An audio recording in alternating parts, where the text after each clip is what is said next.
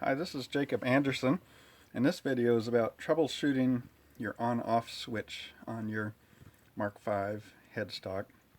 A lot of people call me and ask me questions about why their machine's not running. Maybe it's just humming, maybe it's not turning up to speed, other things like that. Maybe they hear nothing when they flip the switch on. So it's a real good idea to own one of these multimeters or an ohm meter. You can test a lot of things. I'm going to do a separate video showing you some other tests, but today we're just going to talk about troubleshooting the electric switch, the on-off switch. If you hear the motor try to run, if you hear humming coming from the motor, the switch is okay. It shows the electricity is getting through the switch to the motor. So this is, if you don't hear anything happening with the motor, the switch could be bad, or it could be your electric cord. So testing your switch, excuse me, the Shopsmith uses two pole switches with a single throw, either on or off. Your wires should be attached with the two dark wires on one side of the switch and your two light color wires on the other side of the switch.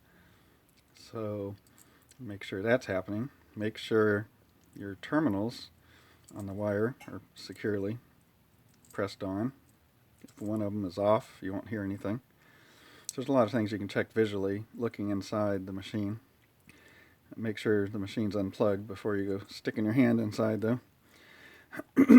But if you aren't getting anything obvious like that, a wire loose, a wire unplugged, you can take the switch out and use an ohm meter or a multimeter to test the switch itself. Since there's two sides, one side might be bad, the other side might be good. So this multimeter tests with ohms or volts. So just have it on one of your ohm settings, and you touch these two together, you get the reaction showing continuity. So first you can test one side of the switch with the switch off, flip the switch on, check it, you get the reaction there. Test the other side, same way. I've got the switch on still. Switch off. Should see nothing on the meter. Okay. This is a brand new switch, so there should be no problems. And you can also further check just to make sure there's no shorting between the two sides like this. Check it on and off. I really haven't encountered any that way, but anyway, no short there, no short there or across. So it's very simple to use an ohm meter. Like I say, I'll have another couple videos showing you more tests with it. But this way, without a doubt, you can eliminate the switch as a problem.